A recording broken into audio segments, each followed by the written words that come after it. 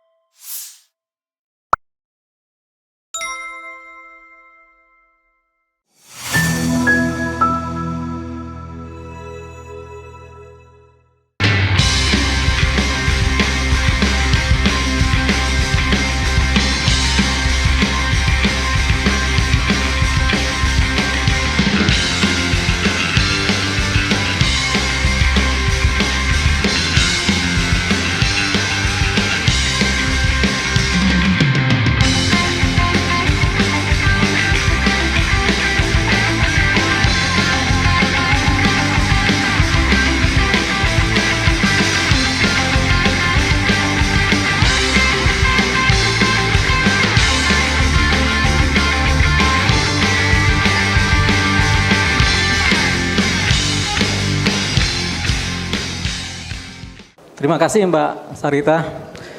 Ini kita diskusi di sini ini kelihatannya sudah tampak indikasinya ya. Jadi sudah jelas sebenarnya kan. Tinggal berani nggak kita ini bawa ini ke KPK kan gitu kan. Itu kan ini udah jelas. Berani nggak kita bawa ke KPK? Kita tanya Pak Boyamin. Oh berani dia. Jadi kalau siapa-siapa pelakunya, ini kan praktek-praktek kolosal yang biasa dikerjakan oleh para pihak ya. Kalau kita mau cari uang, mungkin kita bisa kong kali kong kan gitu kan. Misalnya kalau di pengadilan itu kami, hakim, jaksa gitu. Misalnya ini kan, kita bekerja sama untuk menggolkan sesuatu yang untuk menguntungkan satu pihak, itu bisa terjadi. Nah, ini bisa terjadi menguntungkan para pihak bersama, bisa terjadi. Jadi kita masih bisa menduga-duga ya. Tapi kalau ceritanya udah seperti ini, ada selisih yang besar, itu 8 triliun selisihnya sampai 9 triliun itu besar sekali ya. Bukan kecil itu. Kelihatannya angkanya kecil aja, tapi itu besar itu. Nah, siapa pelakunya? Kita mulai pertama dari proses lelangnya. Nah, apakah proses lelangnya sudah sesuai dengan prosedur kaidah-kaidah lelang yang berlaku? Tadi kan sudah disebutkan ada kejanggalan-kejanggalan ya. Lelang cuma satu kali dimasukkan ke surat kabarnya juga tidak ada ini oplahnya di daerah kabupatennya kan gitu kan. Itu satu kejanggalan. Nah, yang kedua adanya selain proses lelang ini ada juga yang namanya pelaku lelang. Pelaku lelang ini siapa? Ternyata pelaku lelang ini adalah orang yang ikut serta lelang cuma satu perusahaan, namanya Indobara Utama, yang setelah ditelusuri ini adalah milik dari seseorang atau diduga milik seseorang yang sudah pernah ikut korupsi gitu. Artinya sudah terlibat atau terpidana korupsi. Jadi ini suatu potensi adanya penyalahgunaan ya. Oknum BNI juga ya Pak dulu. Oknum BNI juga, karena belinya sudah lebih murah dari harga keekonomian, ngutang lagi duitnya, ngutang dari BNI. Betul, jadi gini, ini si pemiliknya ini sudah pernah terpidana korupsi kan, otomatis sudah pernah juga bersentuhan dengan teman-teman di kejaksaan. Karena waktu dia terpidana, dia diproseskan oleh jaksa. Ini bisa jadi sudah saling kenal juga begini. Dengan Tapi ini menarik ya, saya mau nyorotin dari BNI. Kan biasanya kalau mengajukan kredit itu ada namanya call 5 begitu kan ya. Ada catatan BI. Ini bukan catatan BI lagi, catatan kriminal, ini tindak pidana korupsi. Kriminal kan, sehingga apakah masuk di sisi kredibilitas kolateral segala macam. Kok bisa dapat 2,4 triliun ini ya? Padahal catatannya seperti itu. Itulah kejanggalan yang sebenarnya sudah bisa diindikasikan adanya tindak pidana korupsi. Itu baru dari sisi awal tuh. Bagaimana suatu perusahaan meminjam uang untuk kemudian membeli barang lelang dari negara. begitu. Dan kemudian perusahaan ini masih baru berdiri, baru 6 bulan. Semenjak putusan lelang dia baru 6 bulan berdiri dan orang-orangnya juga nggak jelas siapa kan. Tapi ada induknya yaitu si yang terpidana tadi kan, yang sudah pernah terpidana tadi. Jadi ini adalah indikator utama adanya suatu sindikasi dugaan kerjasama antar para pihak, baik pihak dari penyelenggara lelang maupun si pelaku yang ikut serta dalam lelang. Apalagi si yang ikut serta lelang cuma satu aja nih, satu perusahaan. Kita sendiri baru tahu nih ada cuma satu perusahaan dan dimenangkan gitu kan. Kemudian nilai pagu lelangnya tidak serta merta bisa mengcover omset dari nilai perusahaan yang dilelang tadi. Ini cuma 1/5. Ya kalau potensi ya, kalau bagus ya, kalau nilai limitnya dia paling enggak separuh lah ya, 50% misalnya nilai limitnya 5 triliun. Berarti kan masih ada untung 5 triliun masih enggak ada persoalan, tapi ini kan sampai 1 berbanding 5 gitu kan. Berarti kan ini ada potensi. Apakah ini dikerjakan secara jujur oleh para pelaku lelang atau si penyelenggara lelang? Rasanya tidak. Diduga ini ada syarat sindikasi atau kerjasama sehingga menyebabkan terjadinya penjualan barang sitaan negara yang jauh di bawah harga pasar. Tapi kita nggak tahu nih bagaimana perisalnya ya yang ini. Itu dari sisi siapa pelaku-pelakunya. Kemudian siapa yang diuntungkan? Kita juga bisa duga nih siapa yang diuntungkan nih. Apakah yang diuntungkan adalah si pemilik induk ataukah ada kerjasama di belakang layar yang tidak tertulis antara para pihak yang kita nggak tahu juga siapa ini. Tapi ini sudah terjadi. Nah, kalau dari cerita sampai ini didiskusikan di sini, tampaknya memang sudah dibaca adanya kejanggalan yang sifatnya korupsi.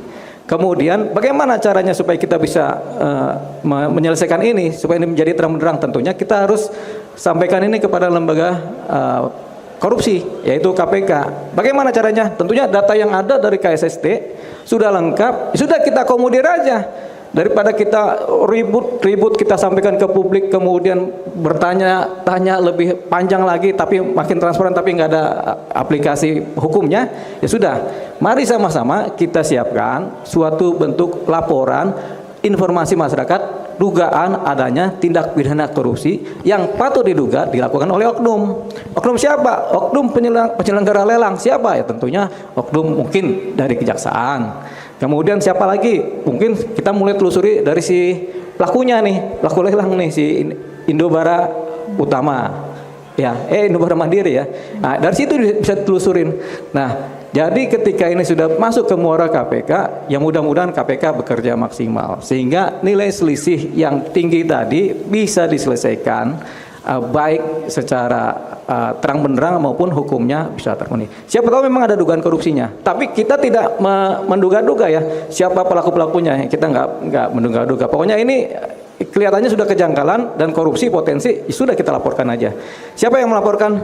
Ya bisa siapa salah satu di antara kita atau semuanya kita bareng-bareng melaporkan.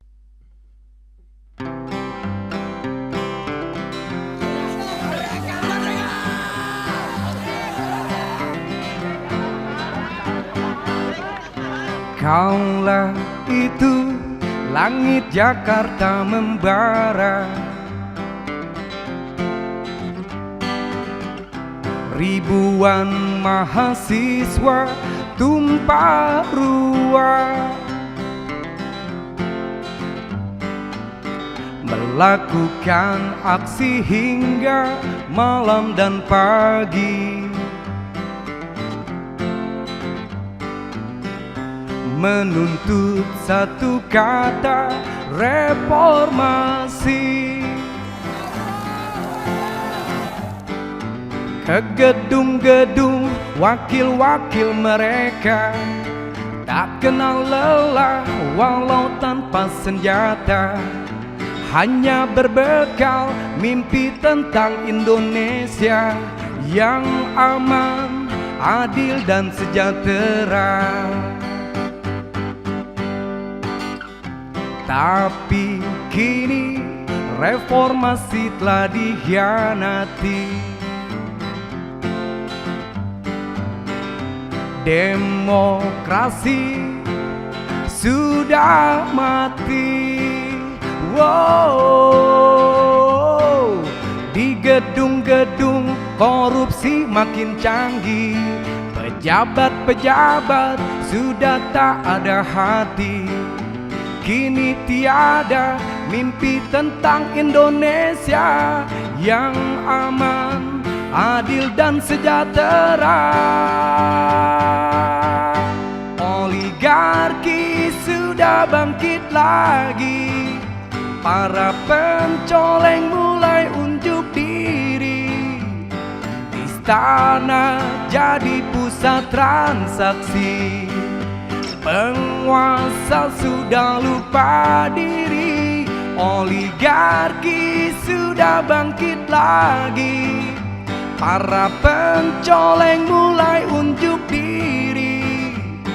Istana jadi pusat transaksi, penguasa sudah lupa diri. Reformasi dikhianati, reformasi dikhianati, dikhianati.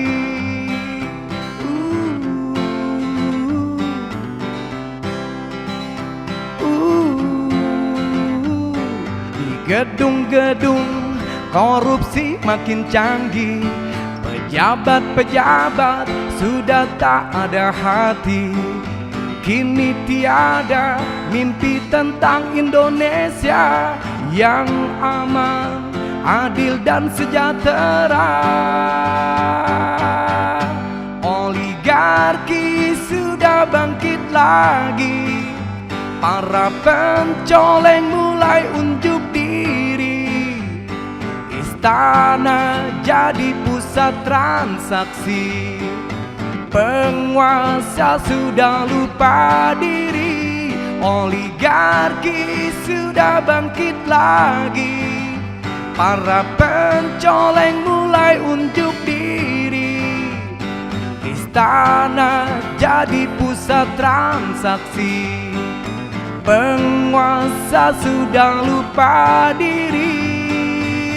Reformasi dikhianati, reformasi dikhianati, dikhianati. Reformasi dikhianati, dikhianati.